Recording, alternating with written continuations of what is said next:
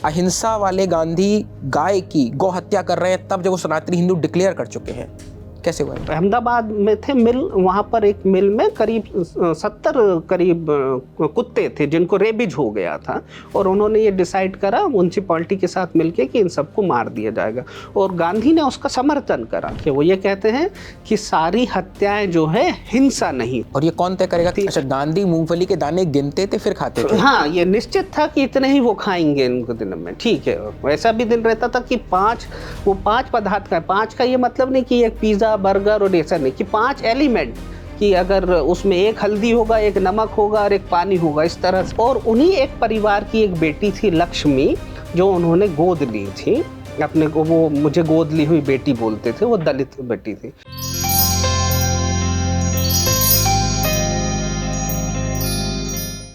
क्या गांधी दलित विरोधी थे? क्या गांधी जो अहिंसा की प्रतिज्ञा करते हैं वो एक बछड़े की हत्या करवाते हैं? वो गांधी जो जाति के और समतामूलक समाज की स्थापना चाहते हैं वो किसी दलित के हाथ का खाना नहीं खाते? इस तरह के तमाम सवालों के साथ गांधी और जाति के विमर्श से आप आए दिनों वाबस्ता होते रहते होंगे। आप समझते होंगे कि गांधी और जाति दो अलग अलग ध्रुव हैं या एक ही ध्रुव के दो अलग अलग पहलू हैं।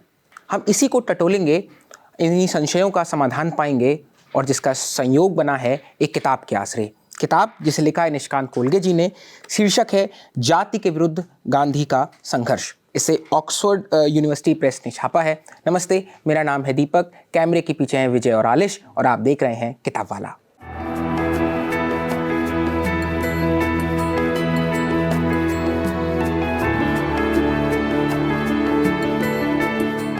स्वागत है निष्कांत जी आपका। निष्कांत सर CSDS में एसोसिएट प्रोफेसर हैं, कई भाषाओं के जानकार हैं, हिंदी, अंग्रेजी और तेलुगु, और इन दिनों अंबेडकर पर एक बायोग्राफी भी लिख रहे हैं। सबसे पहले बुनियादी सवाल पर, आपकी किताब में दाखिल होऊंगा, पर पहले दरवाजे पर खटका लेता हूँ।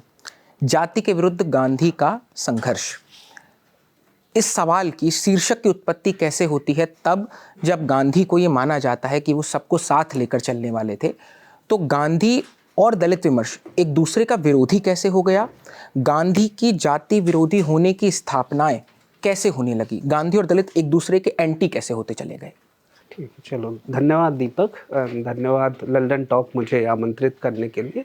बहुत अच्छा प्रश्न पूछा है, लेकिन ये गांधी के जीवन के समय से ही शुरुआत हो गया था। अंबेडकर जो है उनके बहुत प्रखर विरोधी थे, और उन्होंने उस समय भी उन्होंने काफ़ी कुछ गांधी के जो मेथड है, गांधी के जो तरीके हैं, उन पर जो है उन्होंने बहुत ऑब्जेक्शन उठाया था और बहुत ही कटु और तीखी आलोचनाएं करी थी। कुछ रेफरेंसेस अंबेडकर के ज़रूर ऐसे मिलते हैं कि जो लेकिन उन कॉन्टेक्स्ट को हमको समझना होगा जहां वो कुछ गांधी के प्रति नम्र दिखाई देते हैं। पर ओवरऑल जो है उन्होंने वो जो अम्बेडकराइट और दलित विमर्श, जो इस तरह, जो नागराज के शब्दों में भी हम कह सकते हैं कि पूरा दलित विमर्श जो है गांधी के जो मेथड्स है उसको नकारने में ही खड़ा हुआ है, और उसकी फाउंडेशन जो है वो अम्बेडकर ने बहुत अच्छे से बना दी थी। लेकिन इसमें जो एक महत्वपूर्ण जो एक पढ़ाव जो आया है वो जो है काशीराम की जो किताब थी चमचा युग, उसने भी, वो 82 में आई थी, और उन्होंने भी इस बात को बहुत अच्छे से स्थापित करा, जन जन लोगों के बीच तक ये ले जाने का प्रयत्न करा कि जो है गांधी वो एक दलित विरोधी थे। ये आधी बात है। आधी बात ये भी है कि गांधी खुद भी जो है इस बात के लिए जिम्मेदार है, या हम कह सकते हैं कि गांधी की जो मेथड है वो इस तरह की थी कि जिससे ये बात निकल कर सामने आती है कि शायद उन्हें गांधी विरोधी समझा जा सकता है। अगर तुम मुझे और समय दोगे इस प्रश्न के लिए तो मैं इसको इस तरह से बोलना चाहूँगा, उसके लिए थोड़ी, कि गांधी, किसी व्यक्ति ने अब्राहम लिंकन के लिए कहा था, शायद मार्क ट्वेन ने, कि मैं अब्राहम लिंकन से बेहतर इंसान हूँ क्योंकि मैं झूठ बोल सकता हूँ। उनका आशय यह था कि अगर मेरी सच्चाई से किसी का फ़ायदा नहीं हो रहा है तो मेरे ऐसी सच्चाई का कोई मतलब नहीं है, ज़रूरत पड़ने पर आपको झूठ भी बोलना चाहिए। तो गांधी ने भी इस तरह की मेथड जो करी है कि जहाँ पर ये उनको प्रति संदेह उत्पन्न हो सकता है कि वो जो एक जाति विरोधी थे।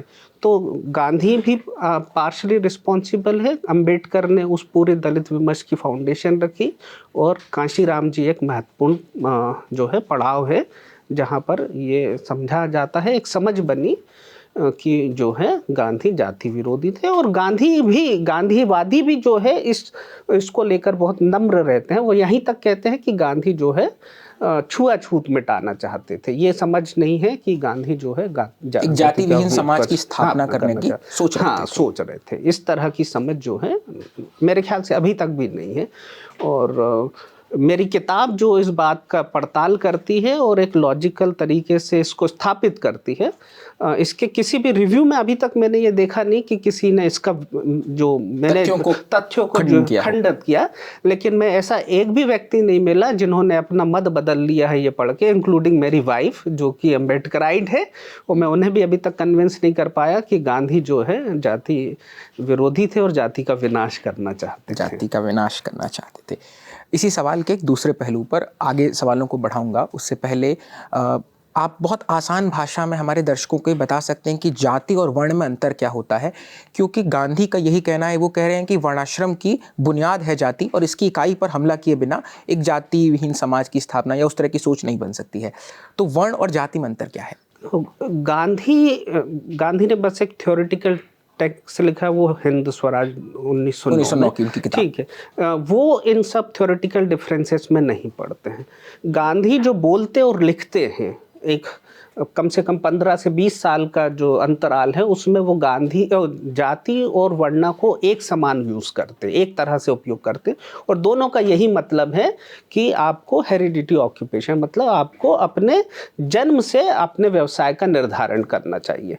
30 के बाद जब वो कास्ट कहते हैं कि हमको जाति का विनाश कर देना चाहिए लेकिन वर्ण को बचाए रखना चाहिए, तब भी वो इस विचार को नहीं छोड़ते कि वर्णाश्रम का मतलब ये होता है कि आपको अपने जन्म के आधार पर अपने व्यवसाय को चुनना चाहिए। ठीक है, ये जो है अंत तक उन्होंने ये कभी नहीं कहा कि वर्णाश्रम व्यवस्था जो खराब है और वर्णाश्रम व्यवस्था जन्म पर आधारित नहीं है, कर्म पर आधारित है, ऐसा उन्होंने नहीं कहा। ये जो पोजीशन है ये आर्य समाजी पोजीशन है, जो वो कहते हैं कि जाति जो है बात के समय में उसका विकृत रूप है और इसे खराब रूप है और इसे नष्ट कर देना चाहिए। और वर्णा जो कि कर्म पर आधारित है, वो जो है रियल हिंदुइज्म है, वेदों में वर्णित है और हमें वेदों की तरफ जाना चाहिए। गांधी की ये पोजीशन नहीं है। वो अंत तक ये कहते हैं कि वर्णाश्रम व्यवस्था जो है बहुत अच्छा है और जो है वो अपने आपके बर्थ के आधार, जन्म के आधार पर हुए।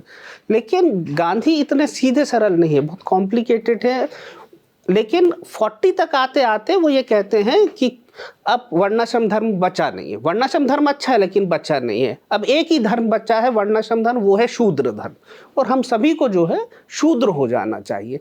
ये आपको समझना बहुत जरूरी है। फिलोसॉफिकल पोजीशन है जहाँ आर्य समाज कह रहा है कि हम सबको ब्राह्मण हो जाना है। ठीक है, 4 धर्म है, लेकिन हमारी जो आकांक्षा है कि वो सारा समाज जो है ब्राह्मण, तो वो ब्राह्मणिक संस्कृति उनके क्रियाकलाप कर्म कांडों को पोषित करते हैं। वो कास्ट सिस्टम को एनालिट नहीं करते, वो उसी आधार पर उनकी लेकिन गांधी जो कर रहे हैं वो बहुत रेडिकल हैं। वो कह रहे हैं कि हमको ब्राह्मणिकल सुपीरियरिटी को नहीं मानना है। ठीक है, उनके कर्म कांडों को भी नहीं मानना है। वो कोई कर्म कांडी नहीं थे, वो मंदिर नहीं जाते थे, वो मूर्ति पूजा नहीं करते थे। अगर उस प्रश्न में तो वो ये कह रहे हैं कि हमको सभी को जो है शूद्र और यहाँ तक हो अनटचेबल बन जाना चाहिए। एक और मैं बात बोलकर अपनी इस प्रश्न का उत्तर देके खत्म कर दूंगा कि वो जो ये कह रहे हैं 45 के बाद वो ये कहने लगते हैं कि मैं ऐसी किसी शादी को जो है आशीर्वाद नहीं दूंगा जिसमें से एक जो है पक्ष जो है दलित ना हो।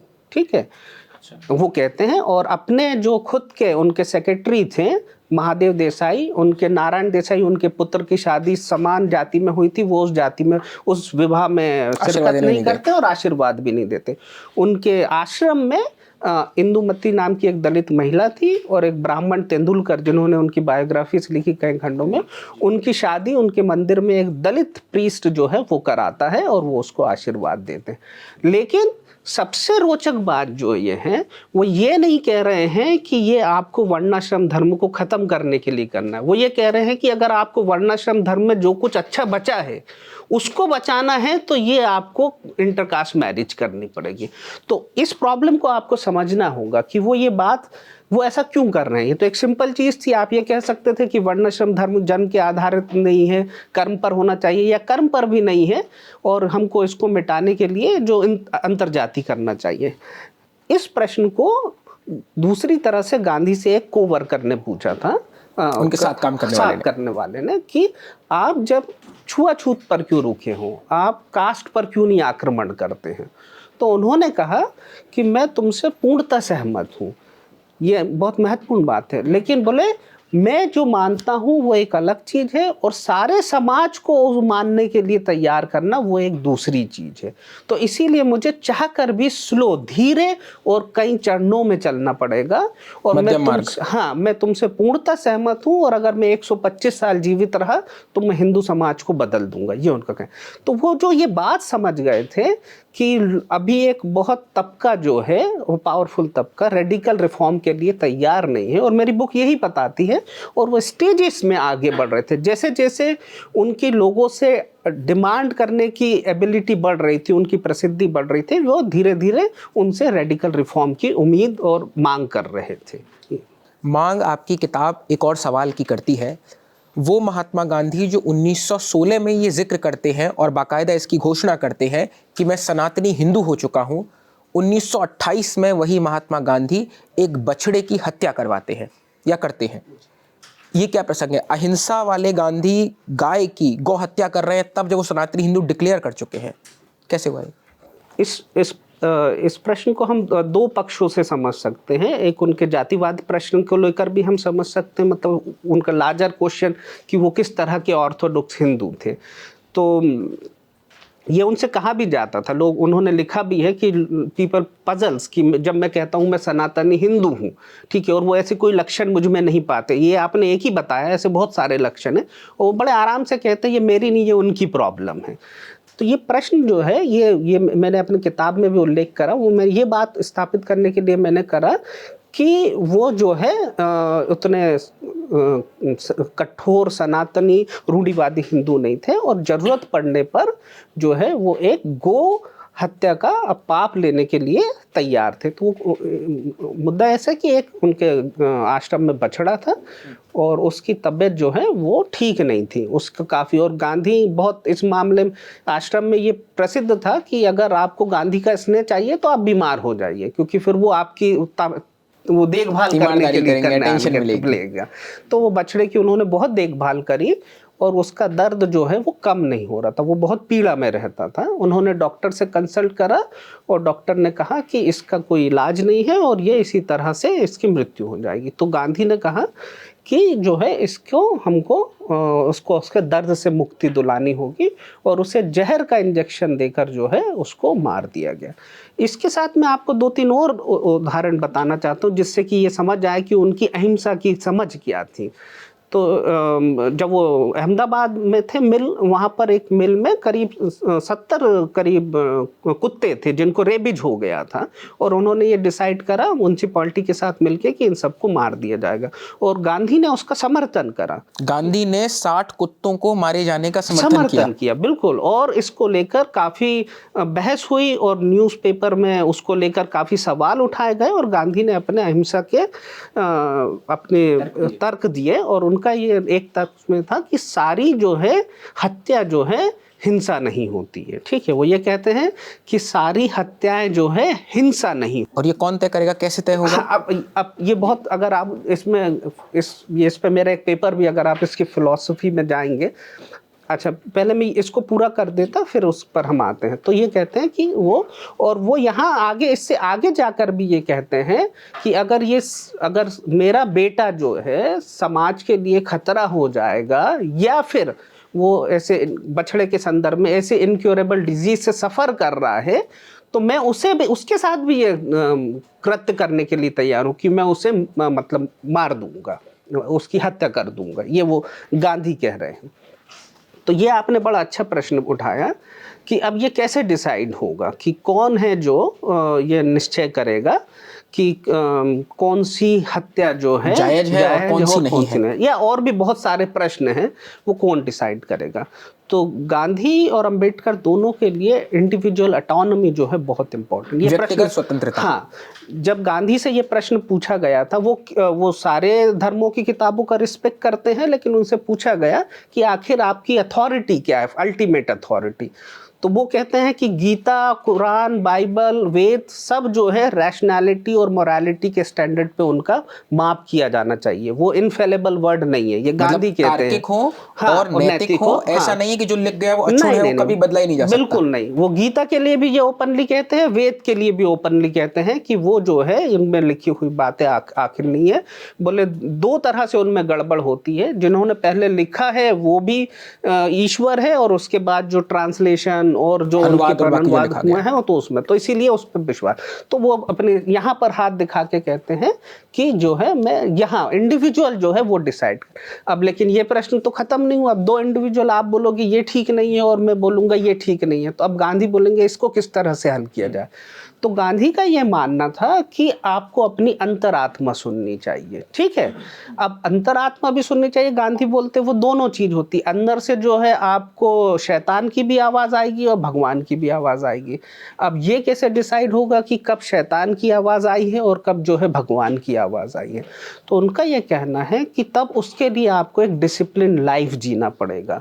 आपको खाना पीना रहना, उनका ब्रह्मचर्य को लेकर जो इतना ऑब्सेशन था, खाने को लेकर आपको आश्चर्य होगा कि वो जो मूंगफली के दाने थे वो भी गिनकर वो खाते थे, इससे ज्यादा और वो कम वो नहीं खा सकते थे, उनकी एकदम फिक्स डाइट थी। अच्छा, गांधी मूंगफली के दाने गिनते थे फिर खाते थे? हाँ, ये निश्चित था कि इतने ही वो खाएंगे इनको दिन में, ठीक है। वैसा भी दिन रहता था कि वो पांच पदार्थ खाए। पांच का ये मतलब नहीं कि एक पिज्जा बर्गर और ऐसा नहीं, कि 5 एलिमेंट, कि अगर उसमें एक हल्दी होगा, एक नमक होगा और एक पानी होगा, इस तरह से वो उसको ले, क्योंकि वो ये मानते थे कि ये डिसिप्लिन लाइफ, जो अंदर की आवाज़ जो सुनना है, वो एक डिसिप्लिन लाइफ से आपको मिलेगी, और उसकी कभी आप ऐसा परफेक्शन कभी प्राप्त नहीं कर पाओगे कि वो हमेशा ईश्वर की आवाज़ है। ये आपका लाइफ लॉन्ग स्ट्रगल है और आपको पूरी जिंदगी इसको करना है। आपको एक डिसिप्लिन लाइफ लेना है कि आपको ब्रह्मचर्य का पालन करना, आत्से का, नॉन पोसेशन का पालन करना है, अहिंसा का पालन करना है, रिमूवल ऑफ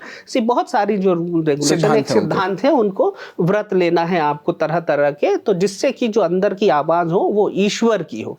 और वो ये कह रहे हैं कि ये वो ये नहीं मानते थे कि आप इसी जन्म में जो है मोक्ष को प्राप्त कर सकते हो। उनका ये भी कहना था चलिए ये लाइफ लॉन्ग स्ट्रगल है और आपको फिर पुनः उस पर विचार करना पड़ेगा, लेकिन वो ये कहते थे कि एक कठिन तपस्याओं से मैंने उस हल्की आवाज़ को सुनने को कभी कभी थोड़ी सी जो है महारत मैंने हासिल कर ली।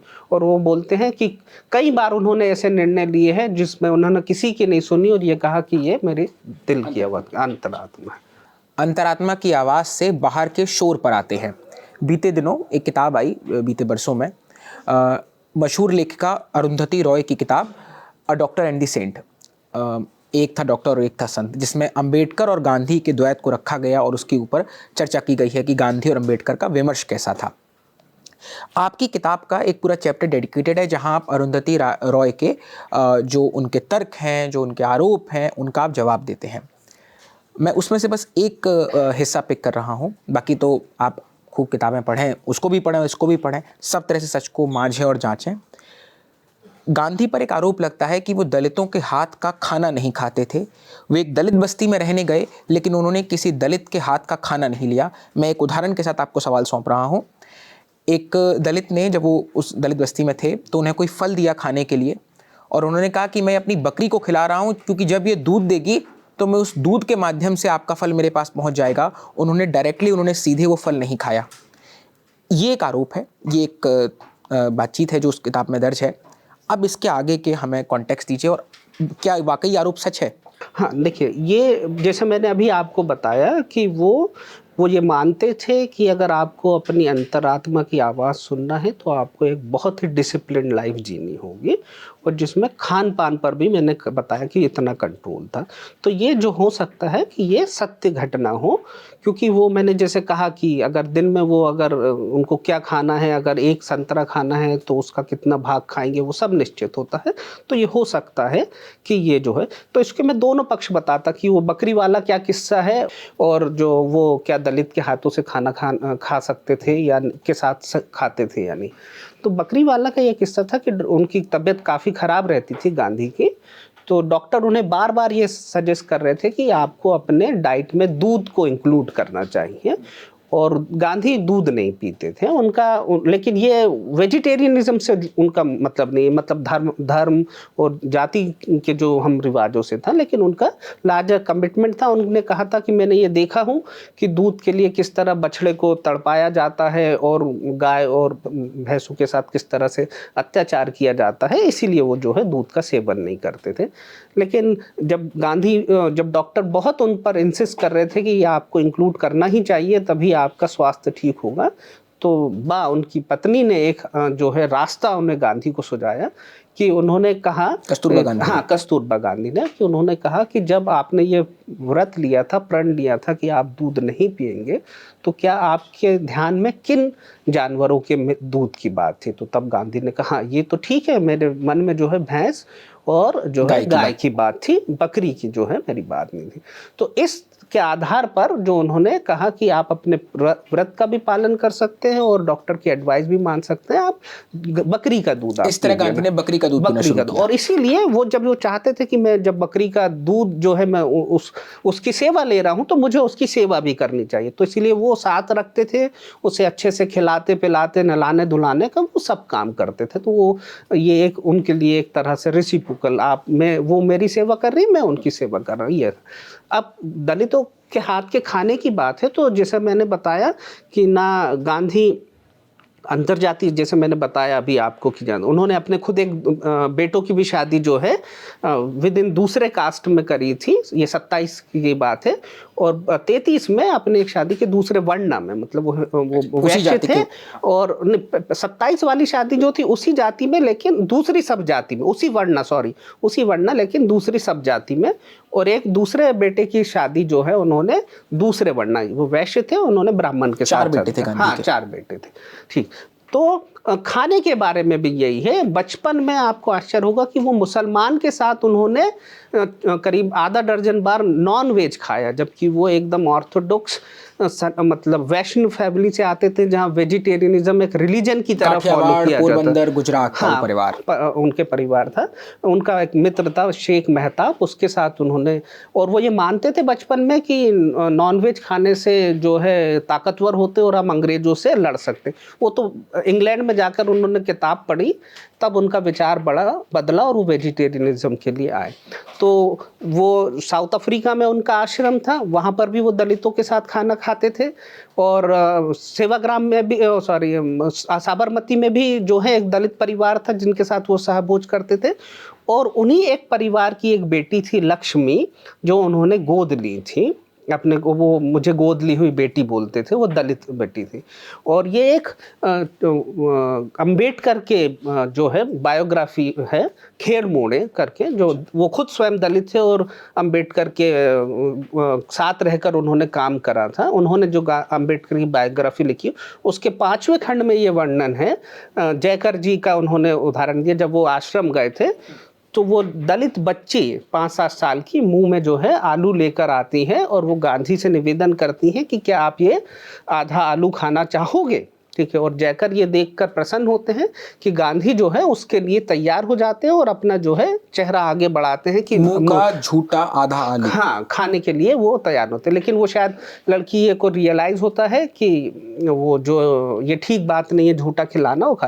लेकिन जयकर खेर मोड़े ये वर्णन दर्ज करते हैं कि गांधी जो है दलित बच्ची के मुंह का झूठा आलू खाने के लिए तैयार थे। तो ये वो इंसिडेंट भी सही है, लेकिन तथ्यात्मक रूप से ये गलती है कि गांधी जो है दलितों का छुआ हुआ या उनके साथ भोजन नहीं करते थे। वो बचपन से ही वो जो है सहभोज में विश्वास रखते थे और सभी सहभोज मतलब सबके साथ बैठकर खाना। मिलकर खाने में विश्वास रखते थे और सभी धर्म और जाति के लोगों के साथ वो भोजन करते थे। इस सवाल को थोड़ा सा व्यापक फलक पर देखते हैं और इस यात्रा को मैं थोड़ा और आगे खींच लेता हूँ। राम मनोहर लोहिया समाजवाद के बड़े चिंतक, उनका कहना था कि रोटी और बेटी का संबंध बनना चाहिए। अंबेडकर जाति के ऊपर एक अलग विमर्श रच रहे हैं। एनिहिलेशन ऑफ कास्ट जैसी किताब जिसका भाषण उन्हें देने नहीं दिया गया था, मारक किताब है, बहुत ज़रूरी किताब है, खोज कर पढ़नी चाहिए। गांधी और अंबेडकर का रास्ता अगर हम 3 पॉइंट बुलेट पॉइंट में समझना चाहें तो क्या है? जाति को लेकर गांधी और अंबेडकर का द्वैत कहाँ बनता है, कहाँ पर वो पॉइंट है जहाँ पर वो लोग एग्री नहीं होते हैं, या कहाँ पर कन्वर्जिंग पॉइंट है जहाँ पर दोनों इस बात से सहमत है कि हाँ ये अंडरस्टैंडिंग है, यहाँ पर हम दोनों एक जगह पर हैं। तो जाति को लेकर गांधी की क्या रणनीति है और अंबेडकर की क्या रणनीति है, अगर हम 3 पॉइंट्स में समझना चाहें? पहले तो मैं ये कहना चाहता हूँ कि जो मेरी समझ है, मैं दोनों के कन्वर्जन की बात नहीं करता हूँ। ये बात हमको स्वीकार कर लेना चाहिए कि जाति जो है एक बहुत विकराल समस्या है और किसी एक तरीके से इसका विनाश नहीं हो सकता। हमें कई तरहों से इसको अप्रोच करना पड़ेगा, कई सारे रास्ते अपनाने पड़ेंगे। और गांधी का रास्ता अलग था, अंबेडकर का रास्ता अलग था। और ये मैं इसको रेखांकित करना चाहता हूँ कि मैं मानता हूँ गांधी भी उतनी ही तरह से कमिटेड थे जाति का विनाश करने के लिए जिस तरह से अंबेडकर थे। तो मैं इस बात को हमेशा एम्फेसाइज करना चाहता हूँ कि दोनों के रास्ते जो हैं अलग अलग थे। अगर आप कन्वर्जन की बात करेंगे तो एक का दूसरे के व्यक्तित्व पर इनकरोचमेंट, अननेसेसरी इनकरोचमेंट हो जाता है, इसीलिए दोनों को अलग करना चाहिए। दोनों की समस्याओं को समझने और समाधान के जो अगर हम 3 मूलभूत अंतरों की बात करें तो पहला जो है, गांधी ये मानते थे कि जो है जाति की जो समस्या है वो जो है कि जो हायरार्की और हेरिडिटी डिवीजन ऑफ है समाज में, जो वो ये क्रिएट करता है। और ये एक स्टेट ऑफ माइंड है, एक स्ट्रक्चर है कि 1 2 3 पायदान वाले लोग हैं, पायदान वाले हैं, लेकिन वो मस्तिष्क में है आपके, ठीक है। और उसको जो है, और वो ये मानते थे कि जितना दलित इससे पीड़ित है उतना ही उच्च जाति का व्यक्ति भी इससे पीड़ित है, क्योंकि एक सामान्य ह्यूमन की बात नहीं, अगर वो किसी को अपने से कमतर समझ रहा है तो वो भी जो है इस समस्या से पीड़ित है। तो वो ये मानते थे कि उसी तरह गांधी भी उच्च जाति के वर्ग के भी लोग, लेकिन अंबेडकर वो ये मानते थे कि ये एक स्टेट ऑफ माइंड है। और अंबेडकर ये मानते थे, वो भी ये समझते थे कि ये स्टेट ऑफ माइंड है, लेकिन वो ये जानते थे जिन लोगों के लिए वो काम कर रहे हैं वो इकोनॉमिक रूप से बहुत कमज़ोर है, सांस्कृतिक रूप से पिछड़े हुए हैं, एजुकेशनली रूप से भी वो बहुत दबे कुचले, सांस्कृतिक रूप से भी। तो लेकिन उनके लिए जो है सिर्फ ये एक स्टेट ऑफ माइंड नहीं है, एक सामाजिक, आर्थिक, राजनीतिक स्ट्रक्चर है। तो इसको बदले बिना भी आप जो है एक समानता की बात नहीं कर सकते हैं। अच्छा, ये इसको दोनों तरह से गांधी भी ये मानते थे। तो जब उन्होंने 1920 में नॉन कोऑपरेशन मूवमेंट स्टार्ट करा था, जब उन्होंने ये कहा कि आप सरकारी स्कूल छोड़ दीजिए और असहयोग आंदोलन, हाँ, और प्राइवेट जो अपने कांग्रेस ने अपने राष्ट्रीय स्कूल शुरू करे थे, कि उसने कहा कि मैं ये तब तक नहीं मानूंगा कि अनटचेबिलिटी दूर हो गई है जब तक सब स्कूल में दलित बच्चे ना आ जाए, ठीक है। वो धीरे धीरे बढ़ाते हैं और बाद में 34 में वो हरिजन सेवक संघ भी बनाते हैं जो दलितों को स्कॉलरशिप देते हैं। मेरा ये कहना है कि वो भी इस बात को अंबेडकर की मानते थे, लेकिन उनका एम्फेसाइज ये था कि उच्च जाति के लोगों के जो है विचारों में परिवर्तन आए। और अंबेडकर का ये प्रयत्न था कि हम जो है दलितों को शिक्षित करें, ऑर्गेनाइज करें और उन्हें लड़ने के लिए, अपने अधिकारों के लिए तैयार करें। लेकिन अंबेडकर भी ये मानते थे कि ये जो है एक मानसिक बीमारी है और इसे जो है ख़त्म करना चाहिए। उन्होंने कहा ये एक दीवार की तरह नहीं है कि आप इसे तोड़ दो और ख़त्म हो जाएगी। दूसरा जो डिफरेंसेस है, ये और भी मौलिक डिफरेंसेस है, ये अंबेडकर और गांधी का डिफरेंस है। हाँ, ये अंबेडकर और गांधी का डिफरेंस है। दूसरा जो सबसे मौलिक डिफरेंसेस है वो ये है, गांधी ये मानते थे कि जो है किसी भी तरह के समाज रिफॉर्म में इंडिविजुअल, व्यक्ति या समाज को जो है प्रारंभिक भूमिका निभानी चाहिए। स्टेट को उसमें इंटरफेयर नहीं करना चाहिए, सरकार नहीं करे, व्यक्ति डिसाइड करे, व्यक्ति और समाज डिसाइड करे। और इसका एक बहुत लॉजिकल और फिलोसॉफिकल रीज़न है, वो ये कहते हैं कि हर इंडिविजुअल मॉरली और रैशनली कैपेबल होता है, नैतिक और तार्किक रूप से सक्षम है। सक्षम। स्टेट क्या करता है, वो उसे एक गधे की तरह ट्रीट करता है, उसके इच्छा के विरुद्ध उसे किसी बात को मानने के लिए मजबूर करता है, बाध्य करता है राज्य। और गांधी ये चाहते थे कि हर इंडिविजुअल की इंडिविजुअलिटी का रिस्पेक्ट करना चाहिए। इसीलिए वो ये चाहते थे कि समाज जो है और व्यक्ति जो है इस आंदोलन को आगे बढ़ाए, और जो है स्टेट इसमें जो है प्राइमरी भूमिका ना निभाए। लेकिन हाँ, आप कुछ। मैं जरा राज्य की परिभाषा बहुत आसान से रख दूं। राज्य का अर्थ है सरकार मोटा-माटी तौर पर, यानी वो संस्थाएं पटवारी गिरदावर से लेकर के चीफ जस्टिस ऑफ इंडिया और प्रधानमंत्री तक स्टेट का पार्ट होते हैं, जिनके पास सत्ता है, जिनके पास जो रूल्स बनाते हैं, जो रूल्स को एग्जीक्यूट करते हैं, उनका पालन कराते हैं, उसे कहा जाएगा स्टेट। अब बात आगे बढ़े। और अंबेडकर ये जानते थे कि भाई जिन लोगों के लिए वो काम कर रहे हैं वो लोग बिना स्टेट की मदद से जो है अपना सामाजिक आर्थिक उत्थान नहीं कर सकते, क्योंकि वो जो सामाजिक आर्थिक जो जरूर समाज में जो सोशल पॉलिटिकल और पावर ऑफ स्टेटस है वो अगर उन्हें प्राप्त करना है तो उन्हें स्टेट की भागीदारी जो है जरूरी।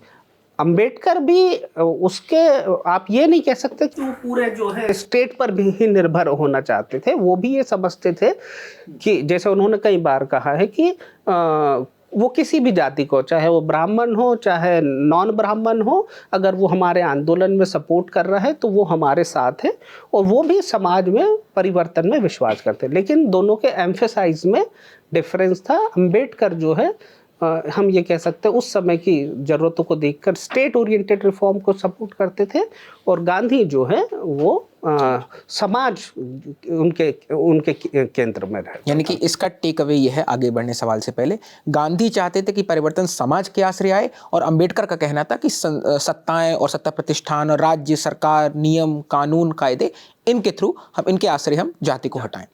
तो एक ही लक्ष्य पर उसके अलग अलग रास्ते थे। अब किसके बेहतर थे, किसके नहीं थे, किसके ज़्यादा मुफीद थे, ये आप और आपकी किताबें तय करें। मैं अगले कुछ सवालों की तरफ बढ़ने से पहले, हम उत्तर भारत में बहुत टहल लिए हैं, दक्षिण भारत चलते हैं। सुदूर केरल में वाइकोम सत्याग्रह हो रहा है, 1924 की बात है, तब जब गांधी चौरी चौरा की बदौलत अपना आंदोलन वापस ले चुके हैं। अभी नमक सत्याग्रह होने में 6 बरस बाकी हैं।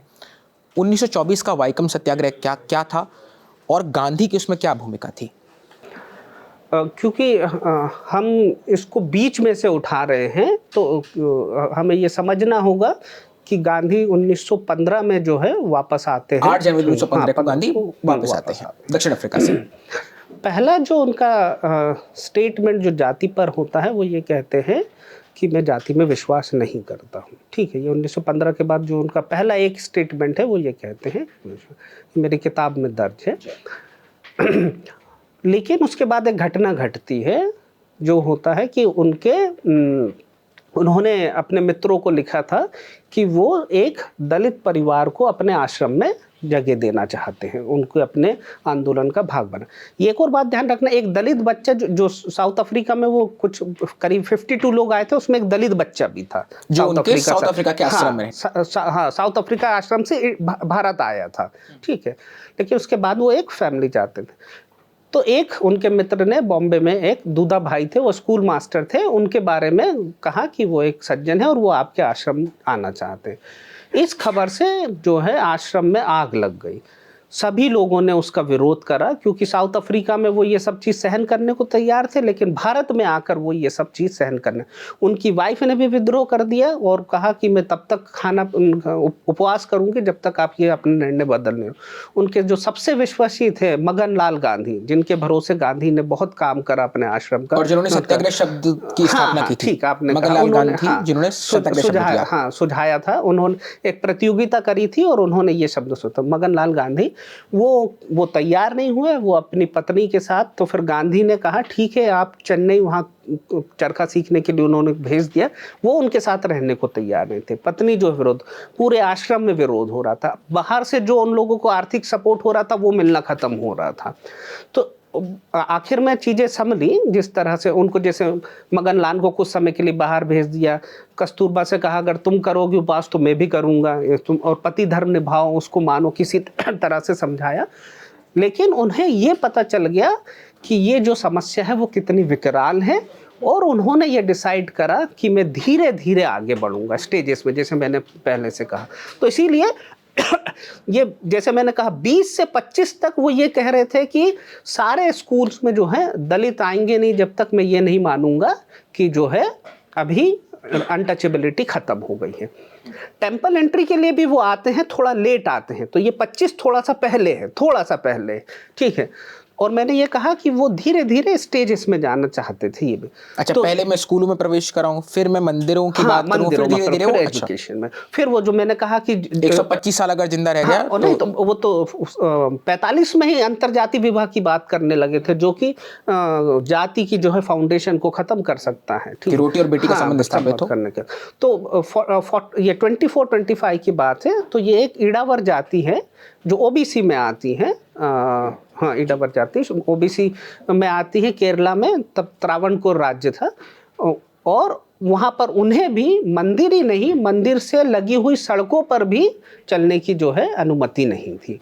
तो ये मंदिर के सड़कों पे चलने की अनुमति के लिए ये आंदोलन था, जो ईड़ावर जाति के नेताओं ने, खासकर वहाँ के एक नारायण गुरु थे, हाँ वो भी बहुत रेडिकल सोशल रिफॉर्मर थे। वो जो विद इन हिंदू फोल्ड वो सोचते थे, वो अद्वैतन थे, लेकिन वो बहुत बड़े सोशल, थोड़ा बताइएगा हमारे दर्शकों के लिए। ये एक फिलोसॉफिकल रिलीजियस कॉन्सेप्ट है। इसमें ये माना जाता है कि जो होल रियलिटी है is a one without two. थोड़ा आसान भाषा में, आसान भाषा में ये कह सकते हैं कि कॉन्शियसनेस की जो होती है वो चेतना, हाँ, चेतना की जो है स्टेजेस होते हैं, ठीक है। तो ज़्यादा हम डिटेल में नहीं जाके 2 स्टेजेस मान सकते हैं कि एक स्टेजेस में आपको डिफरेंसेस दिखते हैं और वहाँ पर आपको मूर्ति पूजा भी जो है परमिट है, लेकिन जब आप हायर लेवल ऑफ कॉन्शियसनेस जाते हो तो आप जो है, जो ईश्वर है, द होल वर्ल्ड जो है उसका पार्ट बन जाते हो, और that is the real stage, ठीक है। उसमें दूसरा नहीं होता है, सिर्फ ओनली आई नो एक आप और एक आपके ईश्वर, बस ना ना ना ना, ये तो द्वैत हो गया। आप ही हैं, आप ही ईश्वर। अद्वैत मतलब वन विदाउट टू।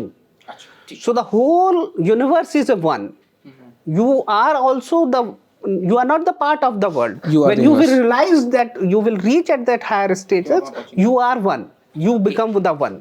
वापस नारायण गुरु पर लौटते हैं। हाँ, तो नारायण गुरु जो ये शंकराचार्य जो हमारे हैं, उनकी जो ये फिलॉसफी है वो उसके फॉलोवर थे, और बट रेडिकल सोशल रिफॉर्मर थे। उनकी वजह से काफ़ी जो है ईड़ावर जाति में सामाजिक आर्थिक क्रांति हुई थी। तो उन्होंने ये, उनके लीडरशिप में ये मूवमेंट शुरू किया गया था, और गांधी से और कांग्रेस से उसका सपोर्ट मांगा गया था।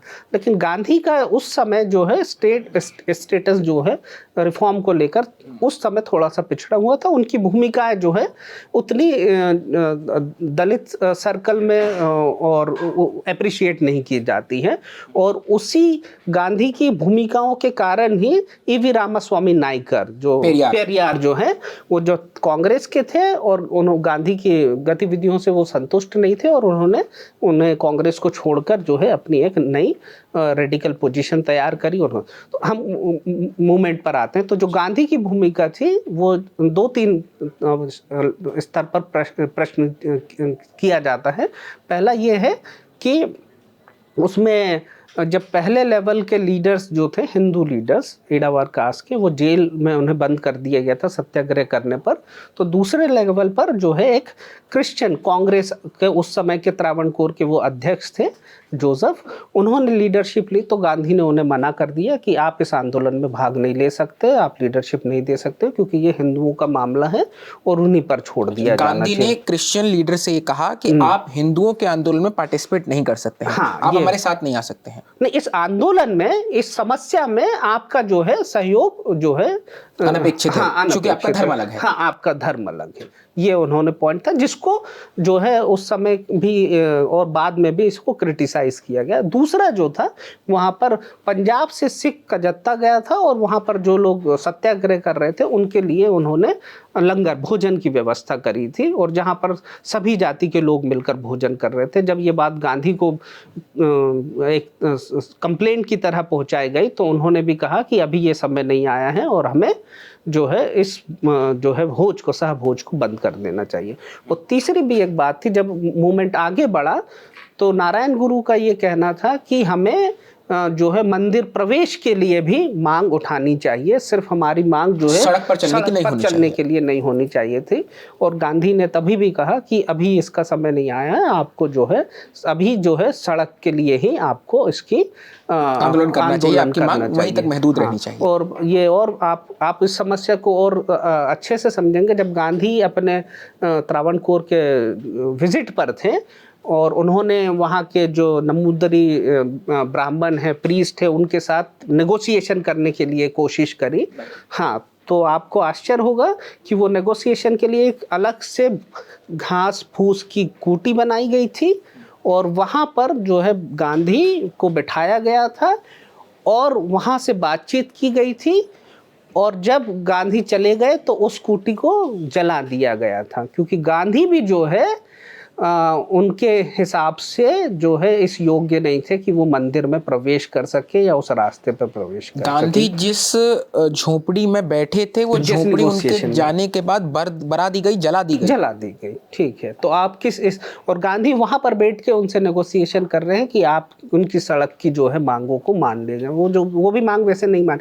और ये अकेला इंसिडेंट नहीं है। जब गांधी दांडी यात्रा में निकलते हैं और गुजरात जहाँ पर उनका होल्ड है, गांव-गांव जाते हैं, तो जहाँ वो सभा करते थे प्रायः वो जो जगह है इसी तरह बनाई जाती थी, क्योंकि गांधी ये इंसिस्ट करते थे कि वहाँ पर जो है दलितों को भी आमंत्रित किया जाना चाहिए। तो इस तरह का अस्थायी निवास बनाया जाता था और जब वो चले जाते थे तो उसे जला दिया जाता था।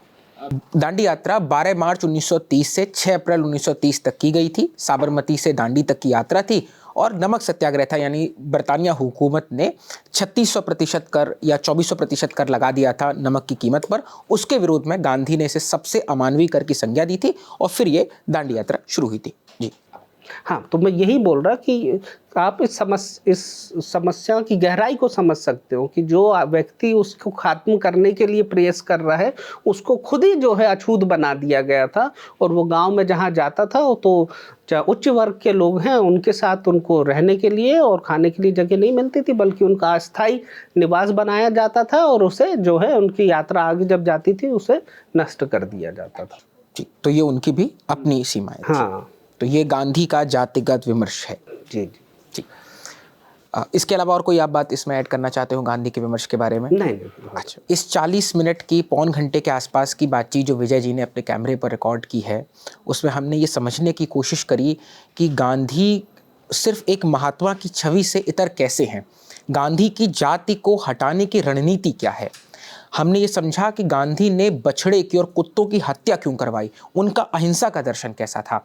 इस शो को, इस बातचीत को रैप अप करूं उनसे पहले आपसे एक निजी सवाल।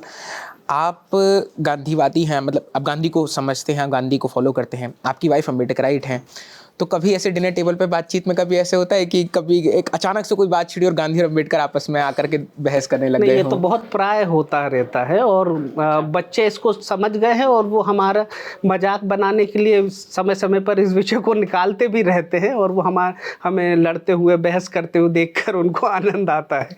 तो ऐसा होता है, डाइनिंग टेबल पर हम लोग प्राय जो है इन विषयों पर लेकर काफ़ी तीखी बहस करते हैं। अच्छा निशांत जी, आप अभी अम्बेडकर पे बायोग्राफी लिख रहे हैं और आपने गांधी को भी समझा जाति के आश्रय।